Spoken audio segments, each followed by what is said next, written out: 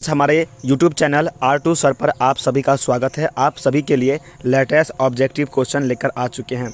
यह जो objective question लेकर आए हैं वो संस्कृत का ऑब्जेक्टिव क्वेश्चन होने वाली है, जो कि संस्कृत के चौथे अध्याय संस्कृत साहित्य लेखिका से लिया गया है। इस चैप्टर से एक भी ऑब्जेक्टिव क्वेश्चन आपके बाहर नहीं पूछेंगे। जितना हो सके सारी ऑब्जेक्टिव क्वेश्चन इस चैप्टर से हमने बना लिए हैं, वही आपके साथ आज हम शेयर करने वाले हैं आंसर के साथ। तो पूरी वीडियो को ध्यान से देखेंगे और अच्छे से हर प्रश्न का आंसर जानने का प्रयास करेंगे। तो चलिए ज़्यादा टाइम पास ना करते हुए हम आते हैं सीधे प्रश्न पर। तो पहला प्रश्न में कहा जा रहा है, सर्वसुकल सरस्वती किसने कहा है? तो ये कौन कहे थे? तो याज्ञवल्क्य ने कहे थे। ठीक है ना। आगे बढ़ते हैं हम लोग अगले सवाल पर। तो अगला सवाल में कहा जा रहा है, ऋग वेद में कितनी महिलाएं ऋषिकाओं का वर्णन किया गया है? तो 24 महिलाओं का वर्णन किया गया है ऋग वेद में, और अर्थवेद में 5 महिलाओं का वर्णन किया गया था। ठीक है ना। आगे बढ़ते हम लोग तीसरे नंबर क्वेश्चन में। तो तीसरे नंबर क्वेश्चन में कहा गया है, जनक की सभा में शस्त्रास्त्र कुशल कौन थी? तो कौन थी कुशल? तो वह गार्गी थी। ठीक है ना। जनक की सभा में कुशल शस्त्रास्त्र कौन थी? तो गार्गी थी। आगे बढ़ते हम लोग, शंकर रचितम के रचनाकार कौन है? तो वह पंडित क्षमाराव है। कौन है? पंडित क्षमाराव शंकर रचितम के रचनाकार हैं। आगे बढ़ते हम लोग पाँचवें सवाल में। तो पाँचवा सवाल में कहा जा रहा है, अर्थवेद में कितनी मंत्र दर्शनवती ऋषिकाओं का उल्लेख है? तो 5 है। ठीक है ना। पहले ही आपको बता चुके थे अर्थवेद में कितना है? 5 है। आगे बढ़ते हैं हम लोग 6 नंबर सवाल में कहा जा रहा है, लौकिक संस्कृत साहित्य में 40 कवित्रियों ने कितने पद स्फुट रूप में उपलब्ध है? तो वह है 150। कितने हैं? 150 आपका राइट आंसर हो जाएंगे। आगे बढ़ते हैं हम लोग 7 नंबर सवाल में। तो 7 नंबर सवाल में कहा जा रहा है, विजयंका का काल किस शतक में माना जाता है? तो किस शतक में माना जाता है? तो अष्टम शतक में माना जाता है विजयंका का काल। ठीक है। आगे बढ़ते हैं हम लोग, आधुनिक काल की संस्कृत लेखिकाओं में कौन सा अति प्रसिद्ध है? तो कौन सा प्रसिद्ध है? वो प्रसिद्ध है क्षमाराव। ठीक है ना। पंडित क्षमाराव काफ़ी आधुनिक काल के प्रसिद्ध लेखिका थे। ठीक है।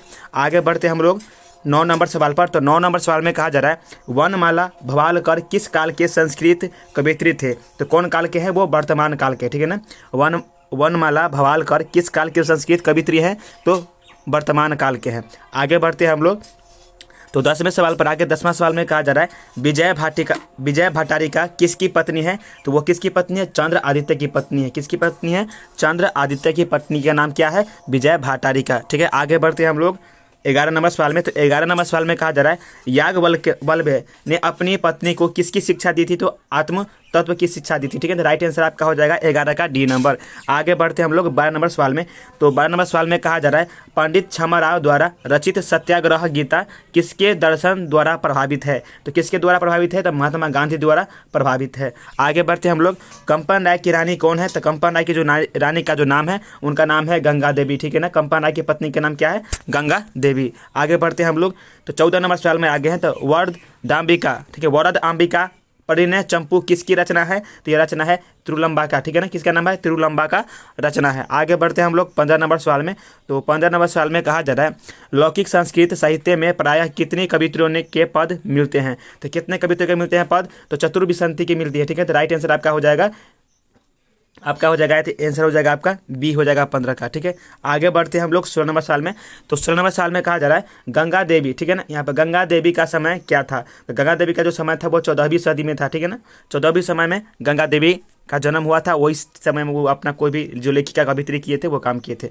आगे बढ़ते हैं हम लोग, आधुनिक काल की संस्कृत कवित्री कौन है? तो आधुनिक काल के कौन है? तो पंडित क्षमाराव है। ठीक है ना। आधुनिक काल के कवित्री कौन है? तो पंडित क्षमाराव। आगे बढ़ते हम लोग, ऋग्वेद में कितने मंत्र दर्शनवती ऋषिकाओं का उल्लेख है? तो 5 है। ठीक है। ये आपको पहले ही हम बता चुके हैं। ठीक है ना। कितना है? सॉरी, ऋग्वेद में नहीं, अर्थवेद में है। ठीक है। सॉरी, अर्थवेद में कितने हैं? अर्थवेद में है 5 और ऋग्वेद में है 24। तो राइट आंसर आपका हो जाएगा बी नंबर। ठीक है।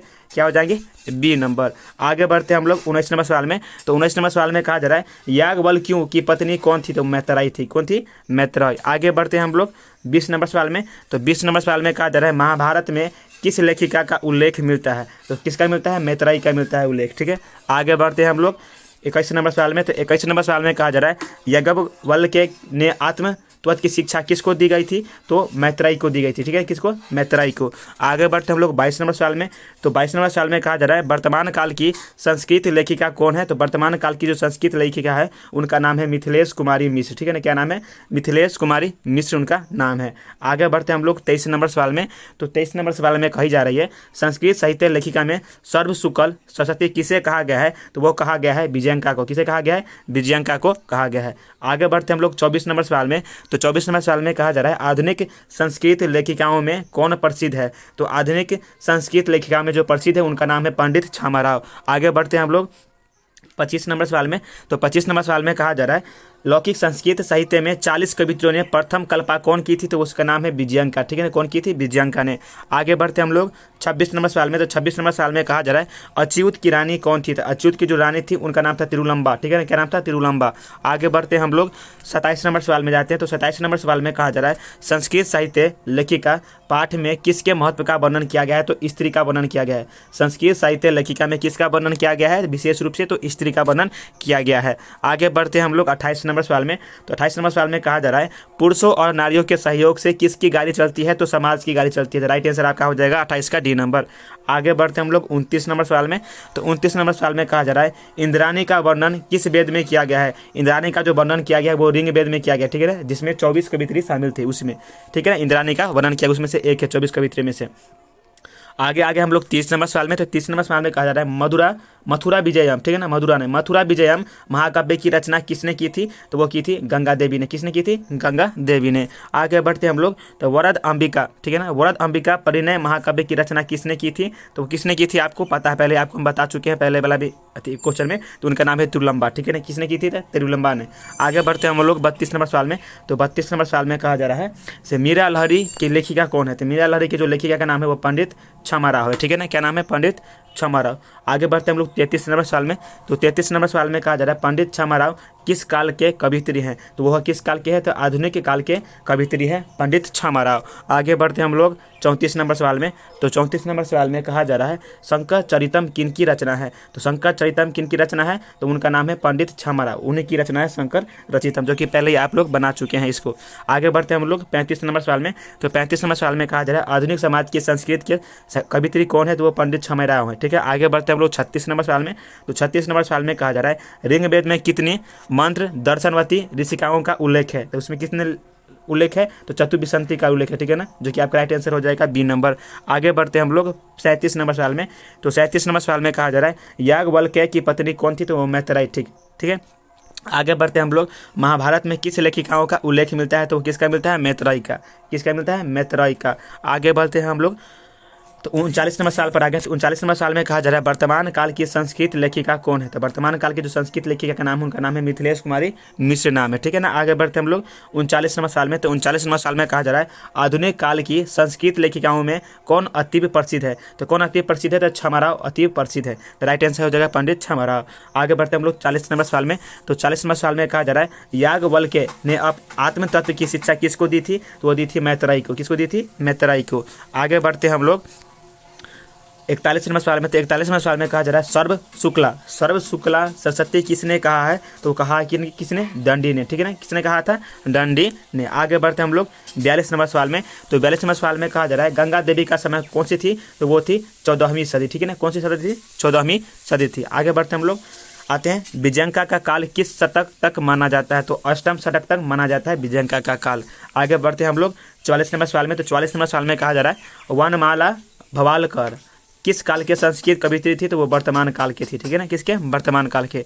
आगे बढ़ते हैं हम लोग 45 नंबर क्वेश्चन पर। तो 45 नंबर क्वेश्चन में कहा जा रहा है याज्ञवल्क्य अपनी पत्नी मैत्रेयी, ठीक है ना, मैत्रेयी यहाँ पर लिखा हुआ, ठीक है ना, की शिक्षा देते हैं। क्या चीज़ की शिक्षा देते हैं? तो वो शिक्षा देते हैं आत्मतत्व की, ठीक है ना, किसकी शिक्षा? आत्मतत्व की शिक्षा देते हैं। आगे बढ़ते हम लोग 46 नंबर सवाल में। तो 46 नंबर सवाल में कहा जा रहा है गार्गी एवं वचना कवि किसके दरबार में रहती थी? तो वो जनक के दरबार में रहती थी, ठीक है, किसके दरबार में? जनक के दरबार में रहती थी। आगे बढ़ते हम लोग 47 नंबर सवाल में। तो 47 नंबर सवाल में कहा जा रहा है विजयंका किस वर्ण की थी? तो वो श्याम रंग की थी, ठीक है, किस कलर का था? वो श्याम रंग की, ठीक है। आगे बढ़ते हम लोग। तो 48 नंबर क्वेश्चन में कहा जा रहा है गांधी दर्शन से प्रभावित होकर किसने पुस्तकों की रचना की थी? वो पंडित छमाराव है, ठीक है ना, गांधी दर्शन से प्रभावित होकर। आगे बढ़ते हम लोग। तो अगला में कहा गया मथुरा विजयम किसकी कीर्ति है? तो वह किसकी कीर्ति है? तो गंगा देवी की कीर्ति है, ठीक है ना। आगे बढ़ते हम लोग। अच्युत राय का शासनकाल था वो कौन सी थे? 16वीं सदी थी। कौन थी? 16वीं सदी में अच्युत राय का शासनकाल था। आगे बढ़ते हम लोग 51 नंबर में। तो 51 नंबर में कहा जा रहा है कंपन राय की पत्नी कौन थी? तो कंपन राय की जो पत्नी का नाम है वो गंगा देवी, ठीक है ना, क्या नाम है? गंगा देवी। 52 नंबर सवाल में आते हैं। तो 52 नंबर सवाल में कहा जा रहा है ऋग्वेद में कितनी महिलाओं का वर्णन है? तो वो 24 महिलाओं का वर्णन है।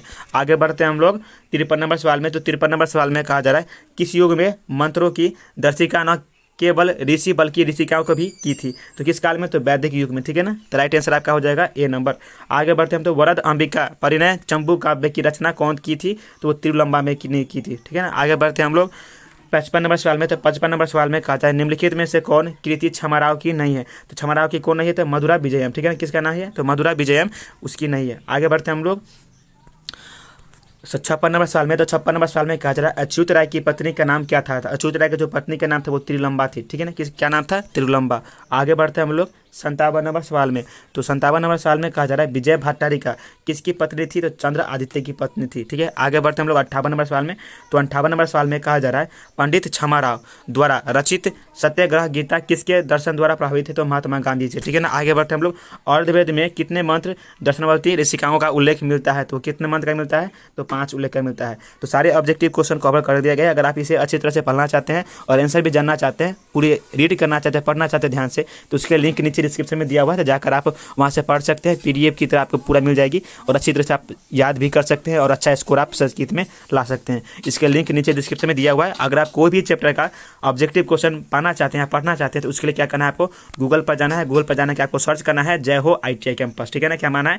जय हो ITI कैंपस। तो यहाँ पर क्या पहले हम होम पर आ जाते हैं। तो होम पेज पर क्लिक आने के बाद यहाँ पर आपको जाकर सर्च बना होगा, कहाँ पर? ध्यान दीजिए। तो जैसे आप यहाँ पर सर्च मारेंगे जय हो ITI कैंपस, तो आपके सामने ये सब वेबसाइट आ जाएगी। इस वेबसाइट पर आने के बाद यहाँ पर आपको ये जो सर्च बार दिखाई दे रहा है, इसमें ये ध्यान से देखिएगा। ये सर्च बार आपको जो दिखाई दे रही है, इसी में आपको अपना कोई भी सर्च कर लेना है। जो भी चैप्टर का है वो सर्च कर लीजिएगा, वो आपको सर्च मार दे रहा है, आपको आसानी से आ जाएंगे। तो मिलते हैं नए वीडियो के साथ।